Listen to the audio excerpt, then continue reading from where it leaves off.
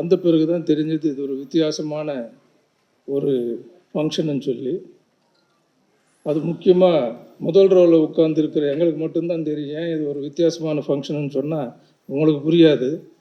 ஏன்னா வெளியில் வந்து பல விதமாக பேசினாலும் ஒரு இந்த கலைத்துறைன்னு சொல்லும்போது எல்லாரும் ஒரு இடத்துல ஒன்று சேர்ந்து தான் ஆகணும்.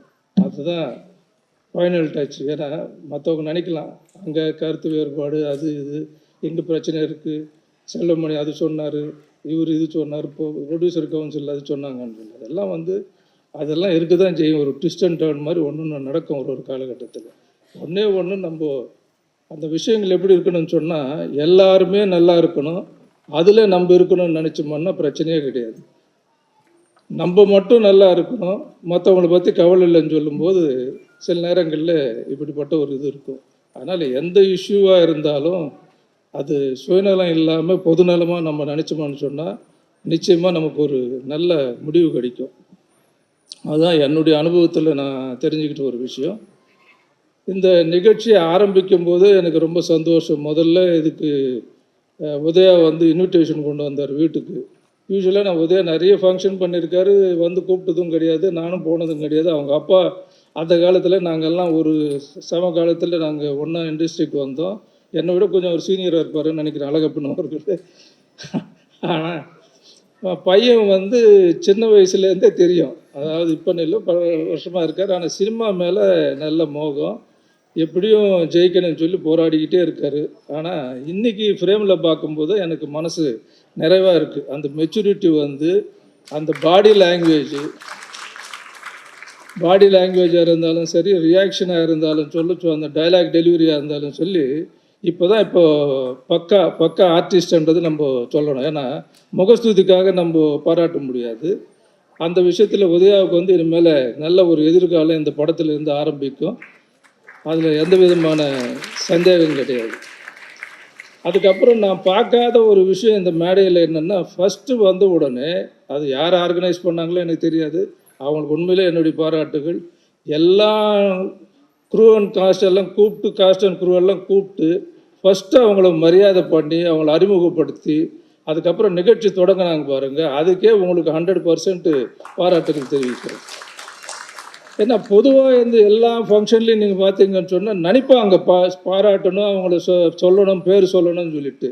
பெரிய பெரிய ஆளுங்களே அது வந்து கடைசி நேரத்தில் என்னென்னா அந்த டென்ஷனில் வந்து எல்லாம் மறைஞ்ச அப்புறம் என்ன சொல்லலை ஒன்றும் சொல்லலைன்னு சொல்லி. ஆனால் அது இல்லாமல் கரெக்டாக புத்திசாலித்தனமாக அது பண்ணது வந்து உண்மையிலே என்னுடைய மனமார்ந்த பாராட்டு. அதே மாதிரி மறைந்த நடிகர் நம்ம ராஜேஷ் அவர்கள் வந்து உண்மையில் நல்ல என்னுடைய படத்துலேயும் நடிச்சிருக்காரு, நல்ல அருமையான நண்பர். நானும் அவரும் சமீபத்தில் இப்போ தான் கவுண்டமணி ஒய்ஃபு இறந்தப்போ நல்லா நடந்து நாங்கள் உட்காந்து பேசிகிட்டு இருந்தோம் ரொம்ப நேரம். ஸோ இது வந்து யாரும் சொல்ல முடியாது எது எப்போ வரும்னு சொல்லிட்டு. அவருக்கும் அஞ்சலி செலுத்தினது இந்த நேரத்தில் வந்து அதையும் வந்து ஒரு பாராட்ட வேண்டிய ஒரு விஷயம். அதுக்கும் என்னுடைய மனமார்ந்த பாராட்டுகள். அப்புறம் இங்கே பாட்டு மியூசிக் வந்து உண்மையிலே நல்லா இருக்குது உதயா, நல்லா அமைஞ்சிருக்கு. உனக்கு இன்னும் தெரியல, இந்த படத்தில் ஒன்று வந்து அமைஞ்சிருக்கு. மியூசிக் நல்லா இருக்குது. அந்த முதல் பாட்டே வந்து இம்ப்ரெசிவாக இருக்குது, ரொம்ப நல்லா இருக்குது. ஹீரோயின் அதே மாதிரி சில சாயலில் பார்க்கும்போது நமக்கு த்ரிஷானுடைய தங்கச்சி மாதிரி இருக்காங்க. நான் கரெக்டாக சொல்கிறேன்னா என்னன்னு தெரியல, ஏன்னா இது முதல்ல அவங்க பேர் மேடையில் கூப்பிட்ட உடனே ஃபஸ்ட்டு ரெஸ்பாண்ட் பண்ணது வந்து அஜ்மல் தான் கை தட்டினார் ஃபஸ்ட்டு. அதனால் நல்ல உண்மையிலே வந்து அவங்க வந்து நல்ல ஒரு பர்ஃபார்மன்ஸும் நல்லா இருக்குது, அவங்களுடைய முக சாயலும் நல்லா இருக்குது, இம்ப்ரெசிவாக இருக்குது, பாராட்ட வேண்டிய ஒரு விஷயம்.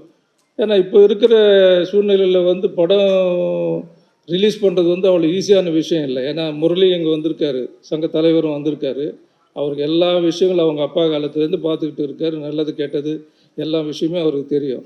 ஆனால் இந்த சூழ்நிலையில் படம் எடுத்து இப்படி ஒரு நிகழ்ச்சி ஒன்று நடத்தி அது ரிலீஸ் பண்ணுறாங்கன்னு சொன்னால் அந்த உண்மையில் அந்த ப்ரொடியூசரையும் 2-3 பேர் இருக்காங்கன்னாங்க. அந்த ப்ரொடியூசருக்கு எல்லாம் என்னுடைய பாராட்டுகள். ஏன்னா இன்றைக்கி அந்த மாதிரி ப்ரொடியூசருக்கு இருந்தால் தான் இண்டஸ்ட்ரி வந்து வாழ முடியும். அந்த அடிப்படையில் நான் சொல்கிறேன், அவங்களும் கலந்துக்கிட்டு நல்ல தெம்பாக இருக்காங்க. ஃபைனான்ஷியலாக சவுண்டுன்னு நினைக்கிறேன், அதனால தான் ஒரே ஷெட்யூலில் படத்தை முடிச்சுருக்காங்க. அதுவும் பணம் இருந்தால் ஒரு ஷெட்யூலில் முடிக்கலான்னு நான் சொல்ல மாட்டேன். ஏன்னா அதுக்கு ஒரு பிளானிங் இருக்கணும். எல்லா விஷயத்தையும் அந்த கோஆர்டினேட் பண்ணி அந்த ஷெட்யூல் பிரேக் டவுன் போட்டு ஆர்டிஸ்ட் எல்லாம் ஒன்று சேர்த்து பண்ணுறதுக்கு அதுக்கு ஒரு தனி திறமை வேணும். அதில் டைரக்டர் வந்து பாராட்டி தான் தீரணும். ஏன்னா அவர் தான் அதுக்கு மெயின் கேப்டன் அதை ஷிப் பண்ணுறாங்க இல்லையா. அதனால் அவருடைய டேலண்ட் இது வந்து அதிலே நம்ம தெரிஞ்சுக்கலாம் அந்த சொன்ன விஷயத்தில். அப்புறம் மாஸ்டரை பற்றி சொல்லவே வேண்டாம், பல வருஷமாக இருக்கார். ஆனால் உண்மையிலே வந்து நீங்கள் அந்த பேக்ரவுண்டில் இருக்கிற ஒரு டெக்னீஷியன்ஸ் வந்து கொண்டு வந்து வச்சு அந்த ஷார்ட்டெல்லாம் இப்படி எடுத்து இப்படி பண்ணாங்கன்னு நம்ம சினிமாவில் இத்தனை வருஷம் இருந்து நமக்கே வந்து ஒரு அதிர்ச்சி. அந்த மாஸ்டர் சொன்னது கரெக்டு. அது பார்க்கும்போது இது உண்மையிலே வந்து இதெல்லாம் மக்கள் கூட பார்த்தாங்கன்னு சொன்னால் அப்ரிஷியேட் பண்ணுவாங்க. எவ்வளோ பெரிய ரிஸ்க் இருக்குது, நம்ம ஈஸியாக ரசிச்சுட்டு போகிறோம்.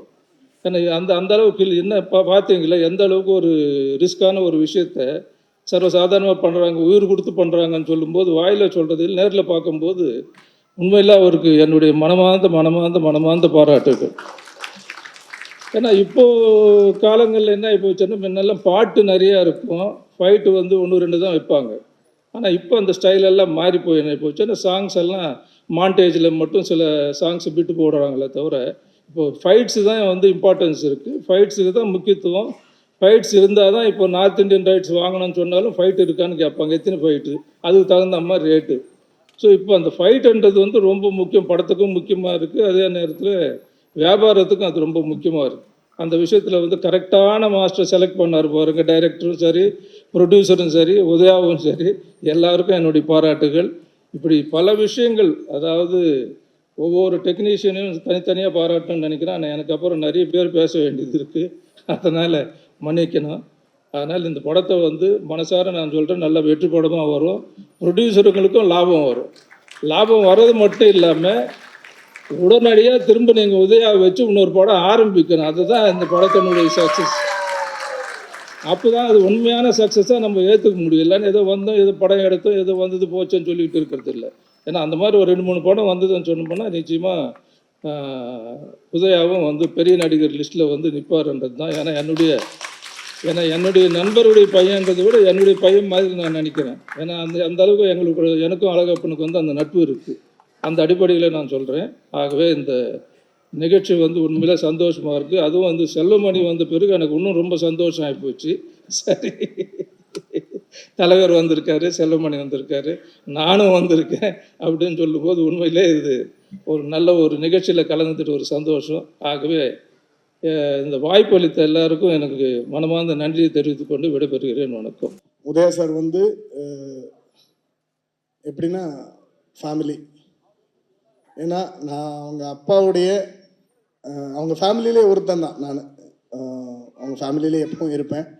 ஏன்னா அப்பா அழகப்பன் சார் கூடயும் சரி, அவரோட பிரதர் விஜய் சார் கூட நான் நிறைய படம் ஒர்க் பண்ணியிருக்கிறேன். நான் எப்பவும் ரெகுலராக இந்த சினிமா வட்டாரத்தில் பார்த்தீங்கன்னா மற்ற இடத்துல மற்றவங்க கூட ஃப்ரெண்டாக போகிறது, வீட்டுக்கு போகிறது அப்படிங்கிறது இருக்காது. ஆனால் ரெகுலராக இருக்கிற ஒரே வீடு பார்த்திங்கன்னா நம்ம உதயா சார் அழகப்பன் சாரோட வீடு தான் இருக்கும். எப்போவும் நாங்கள் போகிறது, ரொம்ப அதிகமாக நான் கதை கேட்குறது அப்பாவை தான் நான் ஹீரோவை பார்த்துக்கிறது. ஏன்னா அவர் எப்படி அவங்களோட பழைய கதைகள்லாம் சொல்லும்போது நான் எனக்கு எப்போவுமே ஒரு பெரிய ஹீரோவாக தெரிவாங்க. எப்படி இப்படி ஒரு தனி ஆளாக வந்து இவ்வளோ ஒரு பெரிய சாம்ராஜ்யத்தை ஏற்படுத்தியிருக்கிறாங்க. இன்னொரு விஜய் சார் வந்து அவ்வளோ பெரிய டைரக்டர், இவர் வந்து 25 வருஷங்கிறது உங்கள் எல்லாருக்குமே தெரியும்.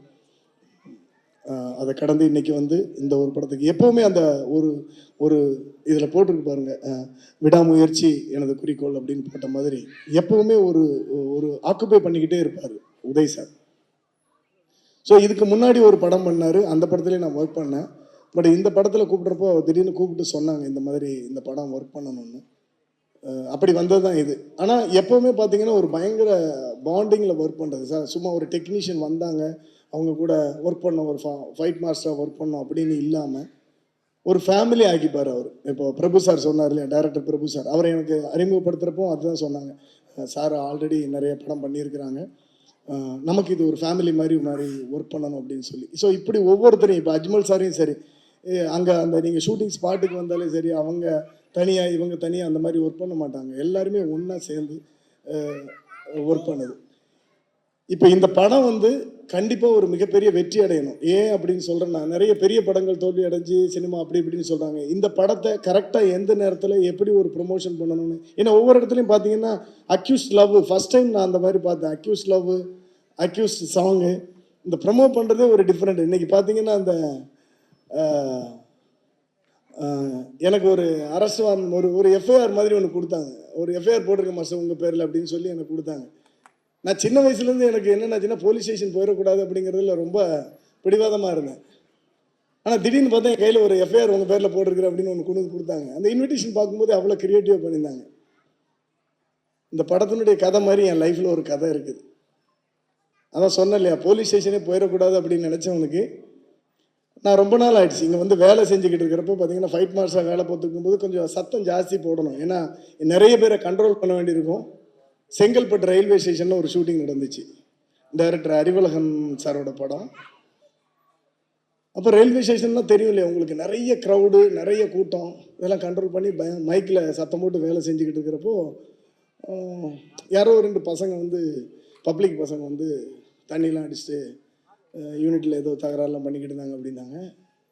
சரி அவங்கள அனுப்பிச்சி விட்ருங்க, அனுப்பிச்சி விட்டு வேலை பார்க்கலாம் அப்படின்னு வேலை பார்த்துக்கிட்டே இருந்தோம். வேலை பார்த்துக்கிட்டு இருந்தப்போ மறுபடியும் பார்த்தா யாரோ ஜூனியர் ஆர்டிஸ்ட் கேர்ள்ஸுங்கிட்டலாம் அந்த மாதிரி கலாட்டா பண்ணுறானுங்க அப்படின்னாங்க. சரி சார் அவங்கெல்லாம் அனுப்பிச்சி விடுங்க சார், நம்ம வேலை பார்க்கலாம் அப்படின்னு சொல்லிக்கிட்டு இருந்துச்சு. ஸோ இப்படி ஸ்டெப் பை ஸ்டெப்பாக போய்கிட்டு இருந்துச்சு. ஹீரோ வந்து ஒரு ரயில்வே ட்ராக்கில் ஓடி வரணும், பக்கத்தில் ட்ரெயின் வேறு நல்லா ஸ்பீடாக ஓடிக்கிட்டு இருக்கும், அந்த மாதிரி ஒரு ஷார்ட் எடுத்துக்கிட்டு இருந்தோம். அப்போ அந்த தண்ணி அடித்த 2 பசங்க வந்து ஹீரோ கிட்ட போய் அப்படி பயமுறுத்திட்டு போயிட்டாங்க. ட்ரெயின் ஓடிக்கிட்டு இருக்குது, ஜஸ்ட்டு ஹீரோ ஒரு மாதிரி பேலன்ஸ் ஆகி ஸ்டக்காக நின்றுட்டார். எனக்கு க்ரௌடில் தெரியலை. அப்புறம் யார் என்னாச்சு சார் அப்படின்னா, இல்லை சார் அந்த பசங்க வந்து இந்த மாதிரி என்னை உள்ளே தள்ளி விட தெரிஞ்சானுங்க, கொஞ்சம் சொல்லி வைங்க மாஸ்டர், இல்லைன்னா ஷூட் பண்ண முடியாது மாஸ்டர் இப்படி இருந்தா அப்படின்னாங்க. அப்போ எனக்கு யாருன்னே தெரியல, பெரிய க்ரௌடு.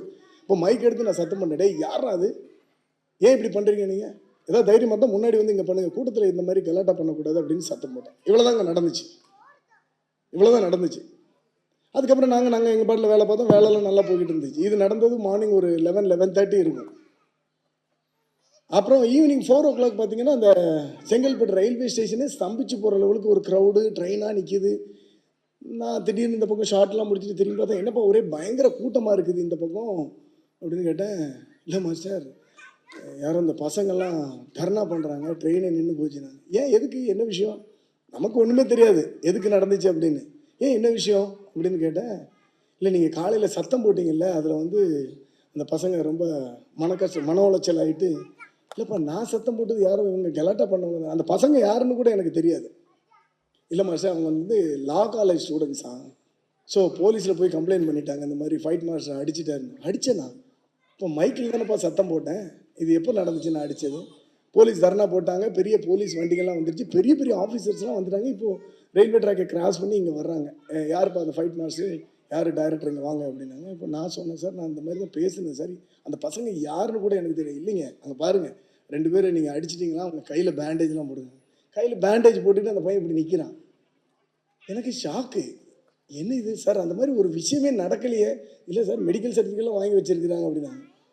ஏன்னா லா காலேஜ் கரெக்டாக முடிஞ்சு ஈவினிங் 4-4:30 இருக்கும். அந்த டைமில் பார்த்தா நிறைய க்ரௌடு பசங்களாம் வந்து பயங்கர கலாட்டா பண்ணிட்டாங்க. இப்போ அந்த இன்ஸ்பெக்டர் வந்து என்ன சொல்கிறாங்க, மாஸ்டர் நீங்கள் என் கூட வாங்க, நீ கொஞ்ச நேரம் வந்து ஸ்டேஷனில் உட்காருங்க. நான் இது வரைக்கும் லைஃப்லேயே போலீஸ் ஸ்டேஷனில் பார்த்துடாத பையன், மனசெல்லாம் ஒரே பதப்பதப்பு, என்ன பண்ணுறதுன்னு தெரியல, இப்படி போகிறேன். அந்த பையன் சிரிக்கிறான் என்னை பார்த்து.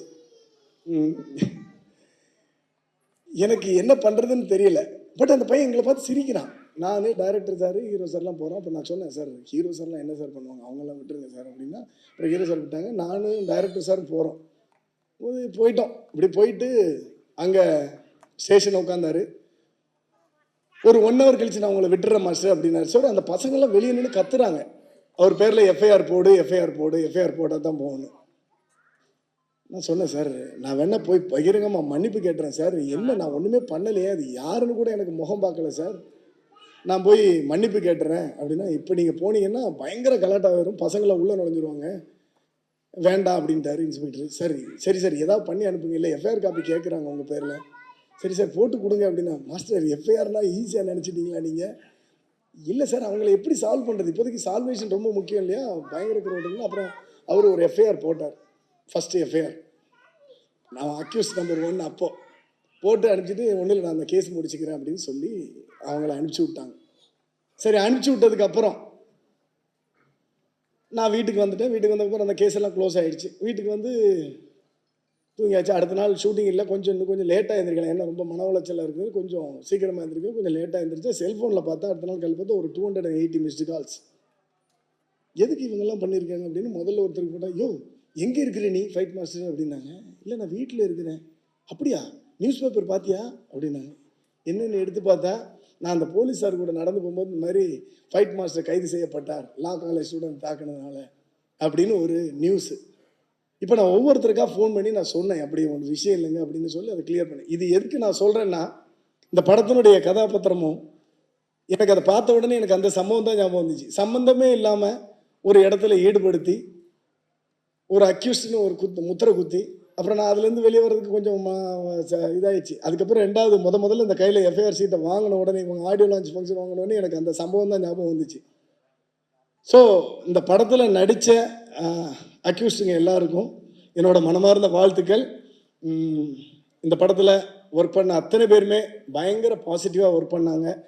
அதான் சொல்கிறேன்ல, இந்த ஒரு ஃபைட் மாஸ்டர் அப்படிங்கிறவங்க பெருசாக நம்மளுக்கு பெரிய அவ்வளோ இது தெரியாதுங்க.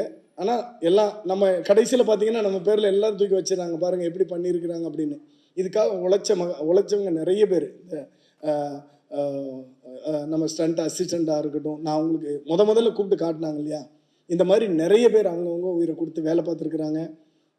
Even art director Anand sir, அப்புறம் நம்ம cameraman Marudhu, music director sir, editor Praveen, அவங்கெல்லாம் வந்து பார்த்திங்கன்னா நம்ம ஏதோ ஒரு ஃபைட்டை எடுத்து கொடுத்தாங்க, ஒரு புது விதமான ஒரு ஃபைட்டை ஏற்படுத்தி கொடுத்துருக்குறாங்க, அதை எடிட் பண்ணி அந்த விதமாக.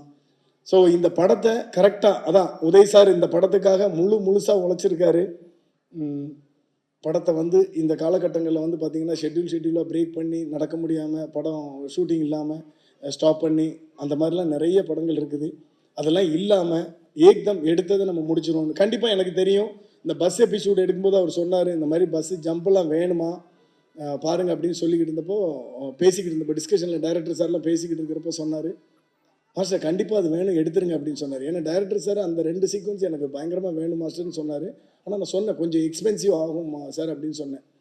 ஆனால் அவங்க ஒரு ரெஸ்ட்ரிக்டட் பட்ஜெட் வச்சுருக்கிறேன் அப்படின்னு சொன்னாங்க. ஆனால் உதய் சார் வந்து சொன்னார், இல்லை அதை ஃபுல்லாக எடுத்துடலாம் அப்படின்னு, நம்மளுக்கு ஷூட்டிங் டீல் ஆனால் கூட பரவாயில்ல, அது ஃபுல்லாக எடுத்துருங்க அப்படின்னு சொன்னது. ஸோ கண்டிப்பாக முழுக்க இது ஒன் மேன் ஹீரோ. உதய் சாருக்கு என்னோட மனமார்ந்த வாழ்த்துக்கள். ஒர்க் பண்ண அத்தனை பேருக்கும் என்னோட நன்றிகள். இங்கே வந்திருக்கிற அத்தனை பேரும், ஆர்கே செல்லுமணி சார், அவங்க படங்கள்லாம் பார்த்து தான் வளர்ந்தாங்க, பாண்டியராஜ் சார், அப்புறம் கேஆர் சார், இவங்கெல்லாம் சொன்னாங்க, முரளி சார், எல்லாருக்கும் என்னோட நன்றிகள். முக்கியமாக ஆனந்தபாபு சார், நான் வந்து பயங்கர பிக் ஃபேன், அவங்களோட பிக் ஃபேன். என்னென்னா அவங்க அப்பாவுக்கு எவ்வளோ பெரிய ஃபேனோ, அதாவது நடிப்புலையும் சரி எல்லா விஷயத்துலையும் அவங்க அப்பாவுக்கு அவ்வளோ பெரிய ஃபேன் நாகேஷ் சாருக்கு. ஆனால் ரெண்டாவது புரியாத புதிர்னு ஒரு படம் பார்த்து இப்படியெல்லாம் ஒரு டான்ஸ் எப்படி ஆட முடியும் அப்படின்னு நினச்சிருக்கிறேன் அந்த டைமில். ஏன்னா இது வரைக்கும் அந்த மாதிரி கான்செப்ட் நான் பார்த்ததே இல்லை. ஒரு ஹாஃப் இந்த பக்கம் பார்த்தீங்கன்னா ஒரு கிளாசிக்கல், அதாவது பரதநாட்டியம் டான்ஸ் போடிக்கிட்டு இருக்கும், பாதி உடம்பு, மீதி பாதி உடம்பு பார்த்தீங்கன்னா வெஸ்டர்ன் டான்ஸ் ஆடிக்கிட்டு இருக்கும். அந்த மாதிரிலாம் எப்படி டான்ஸ் ஆட முடியும்னு எனக்கு தெரில. ஸோ இன்றைக்கி வரைக்கும் அந்த மாதிரி ஒரு கான்செப்டே வரல. அதெல்லாம் இவங்கெல்லாம் போட்ட ஒரு படிக்கட்டு, ஒரு ஃபர்ஸ்ட் ஃப்ளோர் செகண்ட் ஃப்ளோர்லாம் இவங்களை போட்டு நம்மளை கொண்டு வந்து இந்த இடத்துல விட்டுருக்காங்க. இந்த இடத்துல இருக்கிற நம்ம எல்லாரும் அடுத்த லெவலுக்கு அந்த படத்தை கொண்டு போகணும். அதுக்காக தான் உதய் சார் முயற்சி பண்ணிக்கிட்டு இருக்காரு. அவருக்கும் என்னோட மனமார்ந்த வாழ்த்துக்கள். வந்து வாழ்த்திய அனைத்து நண்பர்களுக்கும் நன்றி. தேங்க்யூ. ரொம்ப special moment for me today. நான் ஃபர்ஸ்ட் தமிழ் பார்த்தட movie audio launch. Romba, I'm very happy actually. And first of all, I would like to thank all the media people and each and everyone who's here today. Romba nandri. And from the bottom of my heart, I would like to thank my co-star and our producer, Udaya sir. Thank you so much for giving me this opportunity. Actually, you were the only person who believed in me and thought that I would be the perfect match to play the role Malar. So thank you so much for giving me Malar. In the opportunity kudurukka romba nandri sir. And our director Srinivas sir, thank you so much. Unakku support illama idu mudiyada. So thank you so much. I know we used to fight a lot on set, very silly fights, okay, not very serious ones. But thank you so much for being so patient with me. And without your help, this wouldn't have been possible. So thank you so much. And our producers, Udaya sir, Paneer sir, Tangavel sir, thank you so much for believing in me and giving me this opportunity. I'm very grateful for this. And our music director, Naren Palakumar sir. The music and songs we were given to this movie are like very level. They are some energetic, and I'm so in love with the songs. And I'm 100% sure that audience are going to love it too. So thank you so much. My favorite song from this movie is Shoka Nikriye, sung by G.V. Prakash sir. So he sung the song very beautifully, and I'm sure you guys are going to love it. So thank you so much. And, uh, and I would like to thank Shankar sir. He is my Tamil guru, my dialogue guru. He was the one who helped me since day one to learn the dialogues. Even though it was like 1 or 2 pages of dialogues, he would make it so easy for me to learn. And director was very particular about it that I have to learn the dialogues and then come to set. He's not going to prompt me dialogues. So Shankar sir helped me a lot. So thank you so much, sir. And each and everyone who worked for Accused, choreographer Chandrika ma'am, Raja sir, and everyone, thank you so much. And I would like to thank our DOP Maradha sir. Thank you so much for making me look so beautiful on screen. I still remember I used to apply a little bit of makeup and come to the set. I thought that he'll never notice that makeup. But as soon as I entered the set, he used to tell me that please take off the makeup. Please, dull makeup, please take off the makeup. So even though I was without makeup throughout the movie, you made me look good in the movie as you promised. So thank you so much, sir. And each and everyone who worked behind the camera, thank you so much. And I'm lucky to be worked with such amazing actors and stars like Ajmal sir and Silva Master, you and Yogi Babu sir, everyone. Thank you so much. And yeah, thank you so much, everyone. And I'm still learning Tamil, and I promise, like by next time, I'll be more perfect and improve myself and work hard. உங்கள் support எனக்கு ரொம்ப முக்கியம். So please support me and thank you so much. இந்த படத்தில் நான் வர்றதுக்கு முக்கிய காரணம் இந்த படத்தோட எக்ஸிக்யூட்டிவ் ப்ரொடியூசர் சிவா சார் தான். Thank you so much Siva sir for considering me for this role. And first எடுத்த உடனே பிரபு சார் இந்த கதை சொல்லும்போது I really like my character in the film. At the same time Udhaya sir's character. Udhaya சாருக்கும் இவருக்கும் கெமிஸ்ட்ரி ஒர்க் ஆகலையோ இல்லையோ, ஆனால் எனக்கும் உதயா சாருக்கும் ஒரு கெமிஸ்ட்ரி ஒர்க் ஆனாதான் இந்த படமே. இதில் நான் ரொம்ப லக்கி செல்வாஸ் மாஸ்டர் கூட ஒர்க் பண்ணது. பிகாஸ் நான் எப்போவுமே படங்கள் பண்ணும்போது எனக்கு ஆக்ஷனை ரொம்ப பிடிக்கும். ஸோ இதில் செல்வாஸ் மாஸ்டருங்கிற சொல்லும்போது எனக்கு ரொம்ப சந்தோஷமாக இருந்துச்சு. நரிச்சிலான ஒரு 3 ஆக்ஷன் சீக்வன்சஸ் மாஸ்டர் எங்களுக்கு கொடுத்துருக்காங்க. அதுதான் அக்யூஸ் படத்தோட ஹைலைட்னு நான் நம்புகிறேன். அப்புறம் இன்னும் அக்யூஸ் படத்தோட ஹைலைட் நம்ம சாங்ஸ் BGM பண்ண Naren Balakumar. He is going to be one of the greatest music director for South Indian film industry. Mark my words. அப்புறம் Janvika, we don't have that much screen space together. ஆனாலும் ஒரே ஒரு நாள் தான் நானும் ஒரு சீன் நடித்தாங்க. ஒரு artist, you such a beautiful artist, wonderful artist. யாரோ ஒருத்தர் சொன்னாங்க த்ரிஷா மாதிரி அவருக்கெல்லாம் மேலே நீங்கள் போகட்டும்னு நான் ஆசைப்படுறேன். அப்புறம் இது எல்லாத்தையும் விட எங்களோட ப்ரொடியூசர்ஸ், சேது சார், உங்கள் அப்பா பேர் எனக்கு தெரியாது, நான் எடுத்து sorry. Sethu sir, Panneerselvan sir, அப்புறம் மெயினாக உதய் சார். உதய் சாரை பொறுத்த வரைக்கும் எப்படி சொல்கிறது, is not only my big brother. அவரை பார்த்து நிறைய விஷயங்கள் கற்றுக்கலாம். பிகாஸ் நான் ஒரே ஒரு ரெக்வஸ்ட் தான் சிவா சார்கிட்ட கேட்டேன். சார், படம் நம்ம பண்ணால் சின்ன பட்ஜெட்டில் எனக்கு தெரில, நீங்கள் இந்த மாதிரி சின்ன பட்ஜெட்லாம் சொல்கிறது எனக்கு கஷ்டமாக இருக்குது. நீங்கள் கொஞ்சம் நல்லா பண்ணுங்களேன், நம்ம ஜெயிச்சிடலாம். ஒரு நல்ல கண்டென்ட் இருந்தால் படம் கண்டிப்பாக ஜெயிக்கும். நீங்கள் பண்ணுங்கள். கண்டிப்பாக பண்ணுவோம் பிரதர். உதயா பற்றி உங்களுக்கு தெரியாது. அப்போ தான் உதயா சாரை பற்றி நான் நிறைய தெரிய ஆரம்பித்தேன். அவரோட அப்பாவை பற்றி. கண்டிப்பாக இந்த மாதிரி ஒரு ஃபேமிலியில் வரவங்க எந்த மாதிரி எவ்வளவு அவரால் முடிஞ்ச அளவுக்கு அவர் இந்த படத்தை கொண்டு வாங்குறது எனக்கு நல்லா தெரியும். ஏஎல் விஜய் சார் அவரோட யங்கர் பிரதர் கூட நான் ஒர்க் பண்ணியிருக்கேன். So I know how much these people are passionate about the films. So நிறைய ஹர்டில்ஸ் தாண்டி தான் உதயா சார் இந்த படம் இது வரைக்கும் கொண்டு வந்திருக்காங்க. ஸோ நாங்கள் எல்லாரும் கண்டிப்பாக ஜெயிக்குங்கிற நம்பிக்கை எங்களுக்கு இருக்குது. உங்களை எல்லாரையும் சப்போர்ட் அண்ட் பிளெஸிங்ஸ் எங்களுக்கு தேவை. Thank you so much. Thank you so much. 3 பேருக்கும் எங்களுடைய வாழ்த்து. பிரபு சார், நான் வந்து அவருக்கு அசிஸ்டன்ட் டைரக்டராக இருந்ததெல்லாம் சொன்னாங்க. சும்மா தான் அவர் தான் எல்லாத்தையும் A to Z வந்து ஃபயராக மார்னிங் டு ஈவினிங் ஒர்க் பண்ணாங்க. ஒரு நாள் மார்னிங் வந்து நின்னா ஈவினிங் போனால் நெக்ஸ்ட் டே அதுக்கு முன்னாடி வந்து நிற்பாங்க. நெருப்பு மாதிரி ஒர்க் பண்ணாங்க பிரபு சார். அவர் சொன்ன மாதிரி ரொம்ப ஃபயராக ஒர்க் பண்ணாங்க. அதே மாதிரி நிறைய this is more of a family for me. Danny bro is like a kid. எப்போவுமே ஒரு ஃபோன் எடுத்து செல்ஃபி எல்லாம் எடுத்துக்கிட்டு அப்படியே இருக்கும். அப்புறம் பார்த்தீங்கன்னா என்னோட புல்லா ரெட்டி, வெர் இஸ் மை புல்லா ரெட்டி ஓவர் ஹியர், ஓகே புல்லா Reddy is over here. So நிறைய ஃபேவரட்டான ஆர்டிஸ்ட் எங்களுக்கு இருந்துச்சு. இன்னும் நிறைய சொல்லணும். அதெல்லாம் வெற்றி விழாக்கு வச்சிருக்கேன். see you all there. Super sir. Thank you so much. Special thanks to நம்ம producer Panneerselvam sir and Thangavel sir. அவங்க இல்லைன்னா கண்டிப்பாக இது நடந்திருக்காது. ஏன்னா ஒரே ஷெட்யூல் போகிறதுக்கு அவங்க தான் மிகப்பெரிய பில்லர். அவங்க கூட வந்து நம்ம Siva sir executive sir. So இவங்களுக்கு என்னோட ஸ்பெஷல் நன்றிகள். அப்புறம் கூட நடித்த நம்ம பிரபாகர் வில்லன் சார், அவங்களுக்கு பக்கத்தில் அவங்களுக்கு வில்லனாக நடித்த நம்ம டேனி சார். அதாவது நான் பிரபாகர் சாரை ஏன் வில்லன் சொல்கிறேன்னா, அவர் அந்த படத்தில் ஒரிஜினலாக வில்லன். அவரை வந்து எப்பவுமே எதிர்த்து நிற்கிற ஒரு ஆள் நம்ம டேனி சார். இவங்க எல்லாருமே பார்த்திங்கன்னா ஒரு டீமாக எப்பவுமே இவர் சொன்ன மாதிரி ஒரு ஃபேமிலியாக ஒர்க் பண்ணாங்க. முக்கியமாக டைரக்ஷன் டீமில் வந்து நம்ம சங்கர், அப்புறம் ராஜா, இவங்கெல்லாம் இன்னொரு படம் ஒர்க் பண்ணி இன்னொரு படம் டைரக்ட் பண்ணியிருந்தால் கூட இந்த படத்தில் வந்து அவ்வளோ அற்புதமாக ஒர்க் பண்ணி கொடுத்துருக்காங்க. நம்ம ஜேர்னரில் பார்த்திங்கன்னா ஹீரோ வில்லன் ஃபைட்டர்ஸ் இவ்வளோ தான். ஹீரோயின் கூட அவ்வளோவா காம்பினேஷன் இருக்காது எப்போவுமே. பெரும்பாலும் நம்மளை கூப்பிட்றது எல்லாமே ஹீரோ கூப்பிடுங்க, வில்லன் கூப்பிடுங்க, ஃபைட்டர் கூப்பிடுங்க, இப்படி தான் ஆகி போயிடுச்சு. ஸோ அவங்க கூட ஒர்க் பண்ணல. பட் இருந்தாலும் என்னோட மனமார்ந்த வாழ்த்துக்கள். Thank you all of you. Thank you so much. Sorry, Yogi Babu சாரை பற்றி சொல்ல மறந்துட்டேன். அவர் வர சீக்வன்ஸ்லாம் நீங்கள் வந்து விழுந்து சிரிப்பாங்க. அதே மாதிரி அவங்க கொடுத்துருக்கிற கான்ட்ரிபியூஷன், அவங்க கொடுத்துருக்கிற டைலாக்ஸ் எல்லாம் வந்து நீங்கள் எல்லாம் நல்லா ரசிப்பீங்க. எனக்கு தெரியும் நிறைய பேருக்கு யோகி பாபு சார் ரொம்ப பிடிக்குங்கிறது.